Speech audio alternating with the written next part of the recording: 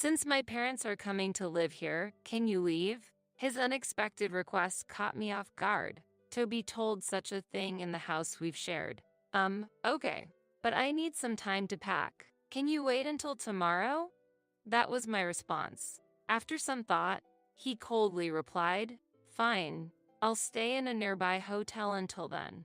I don't want to see your face." I wondered where he planned to get the money for the hotel. From our joint account, perhaps? I decided not to ask him right then and remained silent. "If you leave any of your stuff, I'll throw it away," he said as he opened the door. I watched him leave and let out a deep sigh. I'm the one paying $1,800 a month for the house mortgage. Sometimes I wondered if he truly understood that. I pulled myself together and contacted our daughter, Anna. "Anna, I need to leave the house for a bit. Can I stay with you for a while?" "Sure. I'll come pick you up tomorrow." "Thank you so much." Feeling grateful for her words, I dialed another number. I felt like George had been looking down on me, so I decided to give him a lesson. In the end, George had a tough experience. "My name is Sarah. I'm 51 and I spend my days working hard at work and at home. I live with my husband, George. One day, I met him through an acquaintance and before I knew it, we were married. At 23, we were blessed with an angelic daughter, Anna. However, George hardly ever paid attention to Anna and I was mostly the one taking care of her. "Hey, play with Anna once in a while." He carelessly responded, "That's a woman's job, right?" Yes, he had decided that housework was a woman's duty and wouldn't help. But Anna was such a good child, always helping me whenever I was tired. "Dad, if you're relaxing, help out. Housework is your mother's duty." Without hesitation, Anna retorted, "Then what's your duty? Mom works for both you and her." Even George couldn't resist helping a bit after hearing her genuine words. Now, Anna has built a new life in a distant state, living happily with her husband's family. My parents passed away in an accident 5 years ago, and I had to let go of our beloved family home. George's parents live a bit far away, and we only see them at occasional family gatherings. They don't interfere with our lives and live peacefully. The relationship between George and me was, to put it mildly, complicated. Simply put, he's living day to day like a part-timer. "How's your current job?" "I quit." Again, his nature is to quit at the slightest obstacle. Whenever there's a problem, he runs away quickly. At best, he stays at his job for 3 months. At worst, he quits on the first day. Because of this pattern, there aren't many companies willing to employ him long-term. So, even at 56, he's stuck doing part-time jobs. We often fight over this. "Don't you want to take things more seriously? You're so persistent. People just don't appreciate my abilities." George's educational background is impressive. He graduated from a renowned university. But one's worth isn't just about their educational background. And I believe he should utilize that impressive education in his work. But I sometimes doubt if he's truly leveraging his abilities. My background is different. I started working right after high school. During high school, my father fell ill, and I had to support our family financially. Thanks to that, I've become a reliable figure in my company. Yet, it seemed that George didn't appreciate my efforts. "You didn't even go to college, yet you complain about me."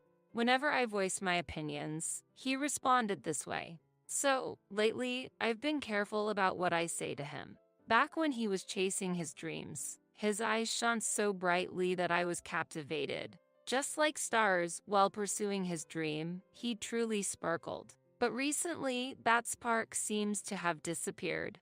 I wonder what he thinks of me.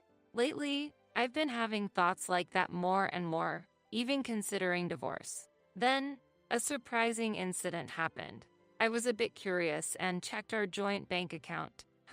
It's decreased by $2,000. Why? For someone like me who doesn't waste money, this amount was a shock. After all, I've been working hard to protect our household finances. So I asked him, "What did you use this $2,000 for?" He replied with an annoyed expression. "Actually, I gave it to my parents." I thought to myself, why?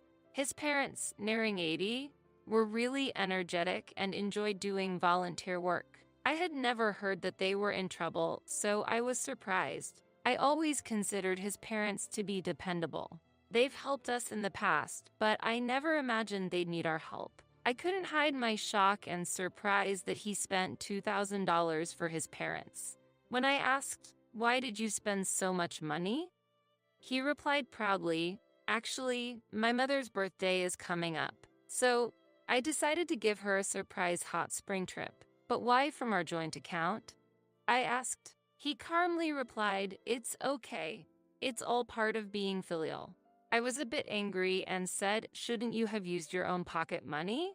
He's always like this, using the money I save up without any hesitation. Like this house, for instance. He committed to it without consulting me. When I was worried about the payments, he reassured me by saying, "You have a steady job, so it should be fine, right?" Though the house was bought in my name, he seems to brag to his friends that it's his. Honestly, I've been feeling worn out by his attitude. "You're my wife, just follow my directions," he said, looking displeased, and then he went to his room. Whenever something went amiss, he locked himself away. I was left to think about our problems and would start doing some chores. The money I'd been saving up little by little was used like this. Our budget was tight since he used almost all my part-time job income. I wanted to escape this situation, but I found myself sighing. One day, memories of our fight still fresh, I received a call from my mother-in-law, thanking us for the hot spring trip, but what she said next shocked me. She told me he had proposed that they live with us after their trip. "Why did you suggest living together?" I asked, surprised. He said, "They're getting old, and it might be better to sell the family home and live together." I told him decisions like that should be made together and reminded him of the household situation. He snapped at me, "You're so annoying. If you're not satisfied, do whatever you want." I was speechless when he hit the table in anger. "All right, but I need time to pack. Can you wait until tomorrow?" He replied, "It's okay. I wanted some space anyway. I'll stay at a hotel for the next couple of days." I wondered where he'd get the money for the hotel. "It would probably be from our joint account. If I find any of your stuff, I'll throw it out. Don't forget anything," he said and left in a hurry. Watching his back, I felt drained. "Don't you know that I'm paying a monthly mortgage of $1,800? I muttered to myself and then decided to contact Anna. She lives in another state, but she has always been my rock. "Hello, Anna. You won't believe what happened." "What's wrong?" Anna's voice was as kind as ever. "It seems that suddenly his parents are coming to live with us, and he told me to leave." "What? Seriously?" I could sense her shock. "Yes. I really don't understand him. That's troubling. But if there's any way I can help, let me know." Her comforting words lightened my heart a bit. She's always been there for me. I was wondering, can I stay at your place for a bit? "Of course. Don't even ask. You're always welcome." I was grateful for Anna's bright words. "Thank you. This really helps." After hanging up the phone, I took a deep breath. I had decided to go to Anna's place, but it wouldn't end with just that. I had my own plans. Now, I need to make another call to solve one more problem. It seemed like he was underestimating me. If that's the case, maybe I'd give him a little surprise. And so, I called someone. "Hello, sorry for the sudden call, but I need your help tomorrow." As a result, George found himself in a much more difficult situation than expected, and his home felt like a true sanctuary for the soul. For the first time in a while, I had a genuinely relaxing moment. I decided to momentarily forget about work and, for a change, enjoy some me time, so I took paid leave. And his husband and father-in-law warmly welcomed me, making me feel like I was truly part of their family. The bond of the family after her mother-in-law's death felt incredibly special. My little granddaughter was initially wary of me, but by the next day, she reached her hands out to me, wanting me to play together with her. Her voice calling me grandma felt oddly comforting. As I was enjoying this peaceful time, my mobile suddenly rang. Looking at the notification, I thought to myself, I knew it. I let out a sigh and answered, Hello, what is it? George, as expected, sounded frantic. What happened? The house is a mess. Imagining his surprised face, I suppressed a chuckle. That's because, like you said, I removed almost everything. What do you mean, almost everything? Actually, the person I contacted was a friend who runs a waste collection service. They helped me clean out my furniture and appliances like my sofa, bed, refrigerator, and washing machine. Recyclable items were sent to a trusted recycling shop, while non-recyclables were properly disposed of. You know that I chose and bought most of the stuff in our house, right? I playfully teased George. Do you recall anything you bought with your own money? George, taking some time to think, replied, you may be right, but doing all this is a bit extreme. At that moment, Anna quietly approached me and said, Mom, let me borrow this for a bit, and gently took my phone with a smile. Seeing her smile reminded me of the old times when she used to scold George, which felt nostalgic. Hello, Dad. It's Anna. It's been a while. When Anna turned the speaker on, George's voice filled the room. Anna, you're with Mom. Yes, Mom is at our place right now. Anna's cheery confirmation seemed to puzzle George. With a serious expression, Anna asked, Dad, why has it come to this? Mom has always been the backbone of our home and supported us. Compared to that, what about you? Her words weighed heavy and tension filled the room. I was curious about how George would reply. Enough. Tell Sarah I'm seriously considering a divorce. Are you serious? What do you plan to do, Mom? If it comes to that, I'm open to a divorce. Really? Hearing my unexpected response, George's voice was filled with sheer astonishment. He probably never thought I'd consider divorce seriously. He seemed to be a bit too self-centered. I'll say it one more time. Are you really going to get a divorce? Sure. But don't expect any assets. I have no intention of sharing. Recalling our marital life, I remembered how I took care of our finances while he spent freely. We often had money-related arguments. It's okay. I get it. Just make sure to transfer the house's name. Sure, the house is yours now. All right then. I'll prepare the necessary documents. Thanks. After ending the call, Anna returned my phone. Her face showed concern, but her smile was kind and understanding. Mom, are you sure about the house? You bought everything with your salary, right? Well, there's nothing to worry about.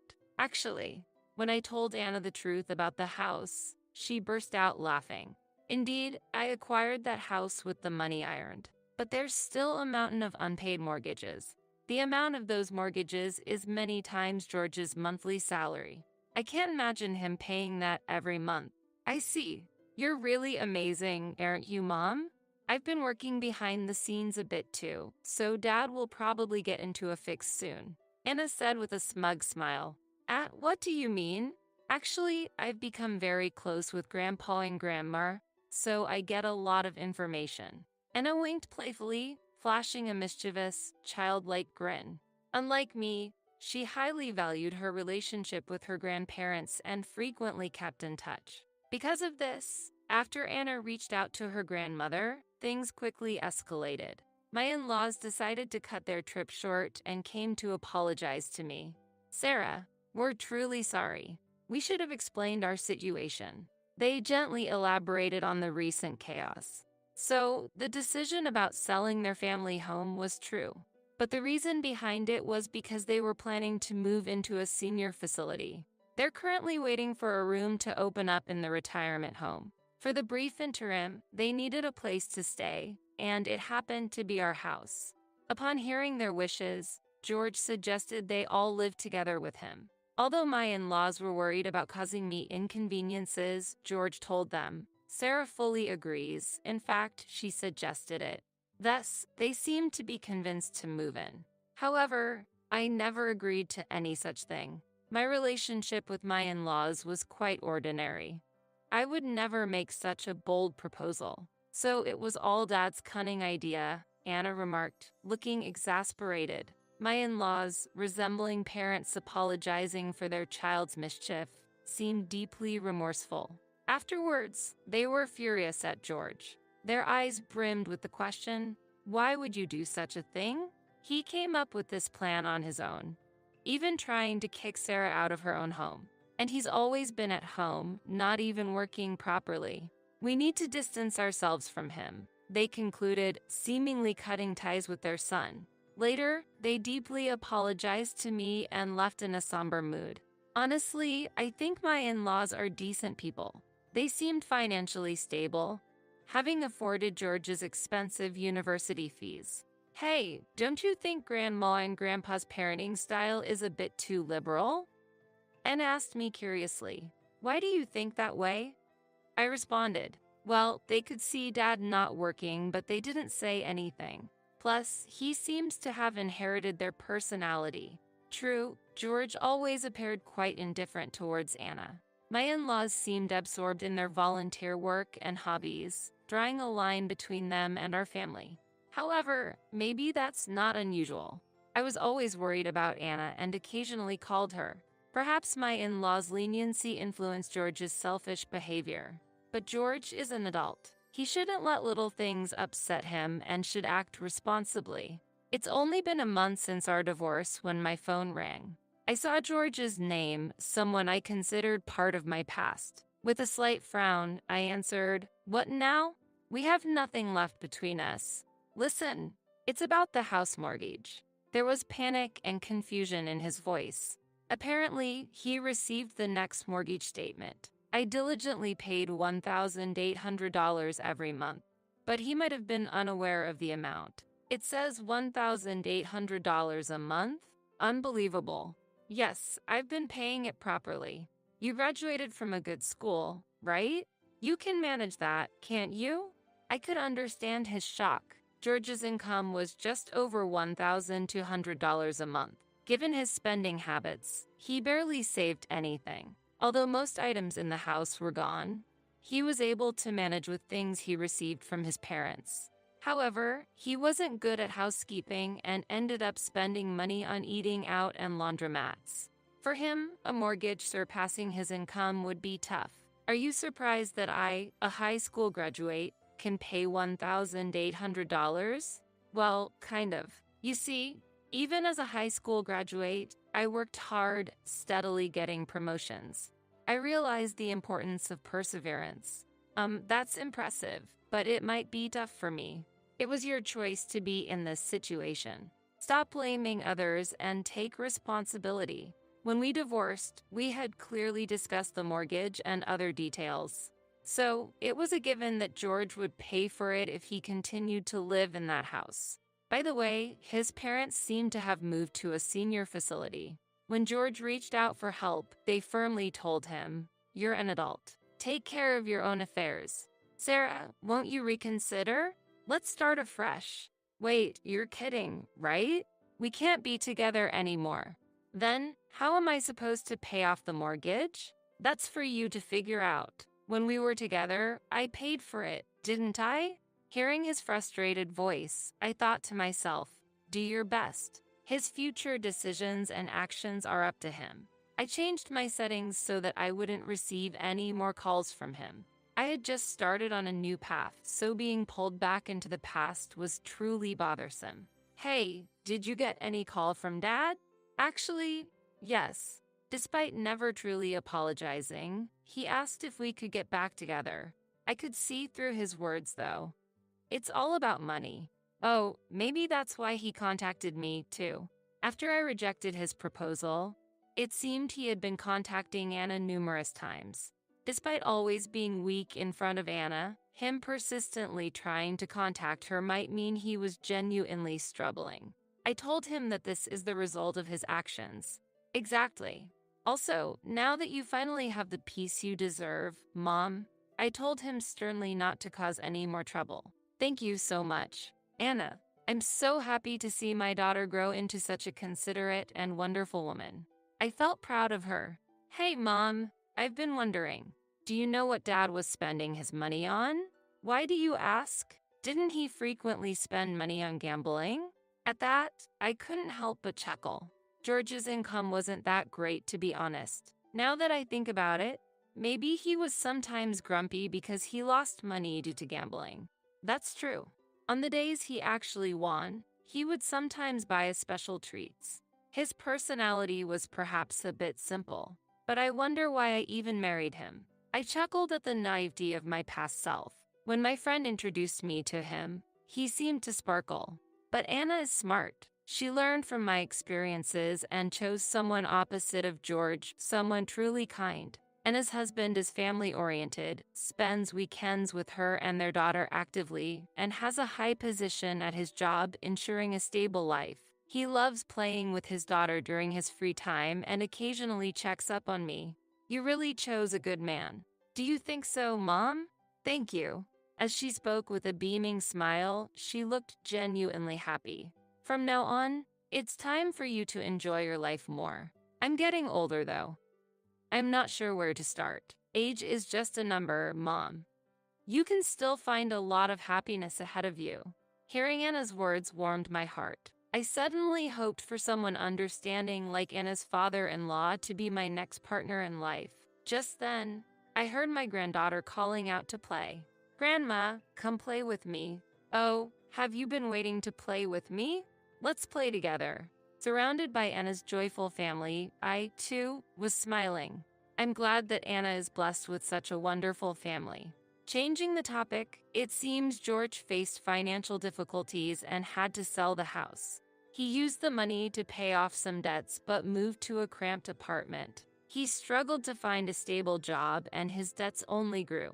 Eventually, he couldn't even pay rent and ended up living on the streets. One day, I heard shocking news that he was taken away by a shady group. His path was indeed a result of his own choices. George's parents felt deeply remorseful. They didn't want to burden me anymore. They sold their house and used their savings to pay for a facility. They also ensured their inheritance would go to me. I don't need this much money, I told them, but they insisted it was their apology. In the midst of all this, with a bit of financial freedom, I considered moving out of Anna's home. But, Mom, you can stay here. I certainly don't want to bother you and your family, Anna. Actually, my husband and I were talking about living together with you. Really? It seems Anne always cared for me. And after discussing it with her husband and father-in-law, they planned to invite me to live with them. And then, I received the invitation at just the right time. So, Mom, don't be too concerned. Just have fun playing with the kids. Okay, thank you, Anna. My granddaughter had taken a real liking to me. Due to Anna's husband's background of being raised in a single-parent household with his father, he warmly welcomed me into their home. And his father-in-law also expressed his wish for me to live happily. And with that kind gesture, I decided to move in with them. Previously, money was tight, so I had to work. But now, with the help of Anna, her husband, and her father-in-law, things have become much easier. And here's some exciting news. Anna is expecting her second child. In the meantime, I've been helping around the house, playing with my granddaughter, and spending my time that way. And his father-in-law also helps with household chores just like me, so we have a fun time together doing things around the house. Whenever I do something, the family always says thank you, and that makes me very happy. Unlike my previous husband, this family openly expresses their gratitude. Each time, I truly feel, I'm so fortunate. When asked, how do you get along with my father-in-law? I replied with a smile, I want to spend my life with him forever. That's good. It feels like a new family, Anna said, gently rubbing her belly. With Anna in my life, everything has become much brighter. Meeting her might be the only thing I'm thankful for regarding George, LOL. With that thought, I'm motivated to do my best for my family today as well. Sarah, if you'd like, I want to walk through life with you from now on. How does that sound? Are you sure about me? If so, of course, let's be together. I responded to his words like this. I've regained my confidence. I was on the verge of forgetting my own worth, but his words made me realize its value again. I believe that as a family, we'll face many happy moments and challenges together from now on, and that truly warms